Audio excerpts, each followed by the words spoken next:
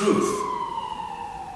Full of grace and truth. Ask yourself today, are we living in God's grace? Are we living in God's grace? Ask that question to yourselves. And His truth. Or are we living in our own fantasy?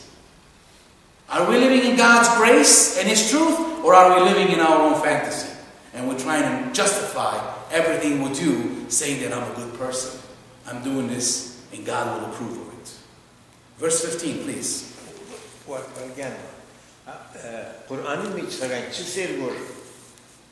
This is word by word from Quran. I know, but He doesn't say the Son of God. I know He doesn't say the Son of God, but it says God breathed.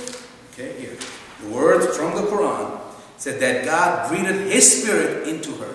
Yeah. God breathed His Spirit. So you be the judge.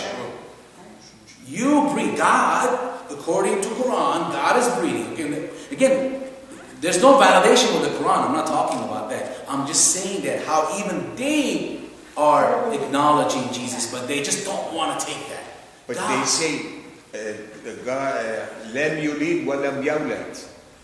He cannot die. Yes. Yeah. So why did they say that God breathed His Spirit into her, so she had a child, son? That is considered, according to the Quran, they are the two blessed people in the whole Quran. Mary and Jesus are two blessed people that Satan never touched them. According to the Quran, the two people on earth that Satan never touched was Mary and Jesus.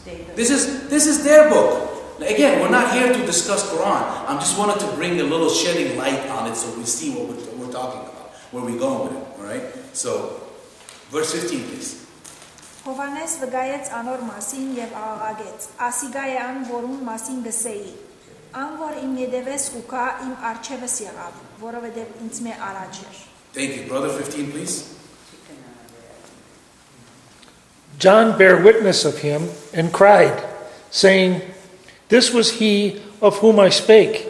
He that cometh after me is preferred before me, for he was before me. Amen.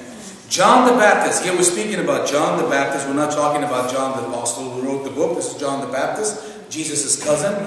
He said that the one who comes after me, this is he. Even though John the Baptist was older than Jesus by 6 months, he was his cousin, but he said that he was before me. What is he trying to tell you then? He is before me because Jesus was way before time, as we said earlier. Jesus was way from the beginning. Not even though he was born 6 months after John the Baptist, but Jesus was from beginning. From beginning time that existed even, period. Alright? Jesus was from the beginning, as I said earlier. With that we go to 16 and 17, please. Եվ անոր լիութենեն մենք բոլորս ստացանք շնորհքի վրա, որովհետև օրենքը դրվեցավ Մոսեսի միջոցով, բայց շնորհքն ու ճշմարությունը եղան Հիսուս Քրիստոսի միջոցով. Ոչ մեկը երբեք տեսած է Աստված. Just to 16, 17. We're going to end with the 18, but not yet. Sorry. That's okay. 16, 17, brother. And of His fullness have all we received, and grace for grace. For the law was given by Moses, but grace and truth came by Jesus Christ. Amen. See, Moses was the giver of the law, but through Christ comes grace. Moses gave the law, but Christ gives us the grace. This is the difference between the Old Testament, the Mosaic law, being under the covenant of the Mosaic covenant, versus under the New Covenant, Jesus' covenant, under the Jesus grace. When we have Jesus, we have grace. We have grace abundantly. All we have to do is have the faith to access it. All we have to do is believe that Jesus has given us the grace, freely, by the way, no charge, and we have to access it. But the law, the Moses' law, that's a different character. You have to do a lot of things. You have to work your tuchas off, as they say in old Jewish words. Anyway, so long story short, we have under our Jesus' covenant, under the new covenant, we have the grace of God. The grace of God is what gives us everything that we want abundantly for that day. Today, you get enough grace for today. Tomorrow, it's not promised to anyone. So tomorrow, there's no grace for tomorrow. Tomorrow, it gives you its own grace if you make it to tomorrow.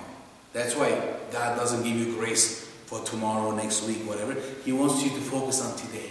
Today is the present time. That's why it's called the present. He gives you today for you to live your full life for His glory. With that, we go to verse 18. We're going to end with verse 18 today. Ոչ մեկը երբեք տեսած է Աստված, բայց միածին որդին, որ հորը ծոցն է, ինք բանեց անոր մասին. Amen. Brother, go to 18, please. No man hath seen God at any time. The only begotten Son, which is in the bosom of the Father, He hath declared Him.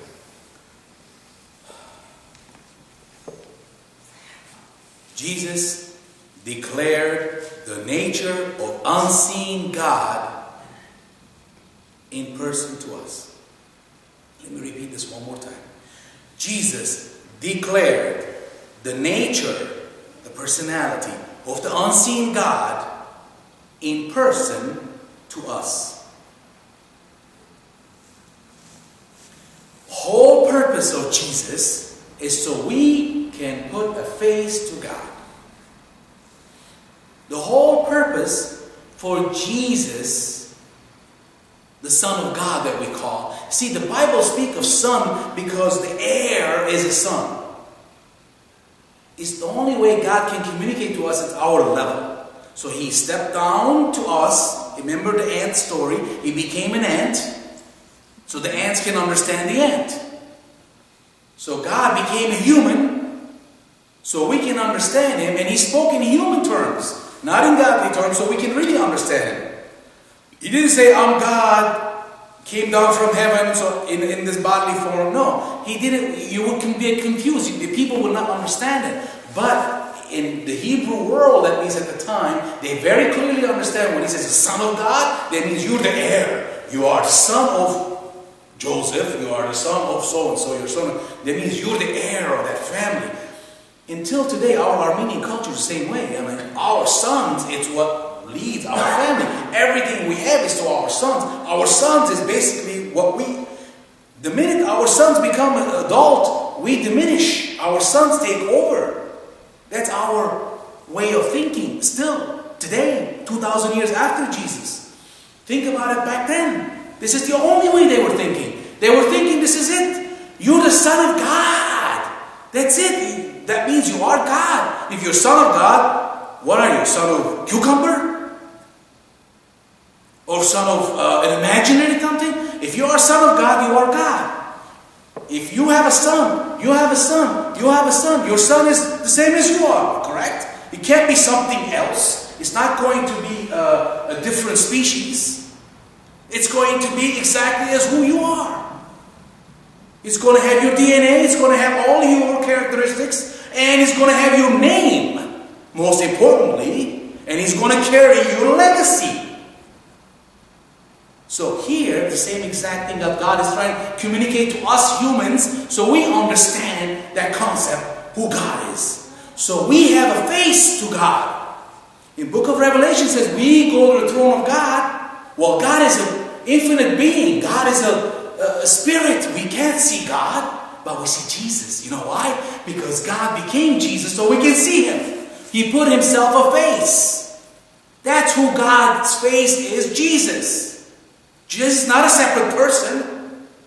It's not something else. It's not just example of being a son for us to understand, but He is just God reincarnated as a man so we can put a face. So when we are in the throne of God, when we go in front of God, we see Jesus. Oh, I remember you. I know the stories. I see the crucifixes. I see you being crucified. I see you as a baby growing, so on and so forth. So we have a concept of who God is.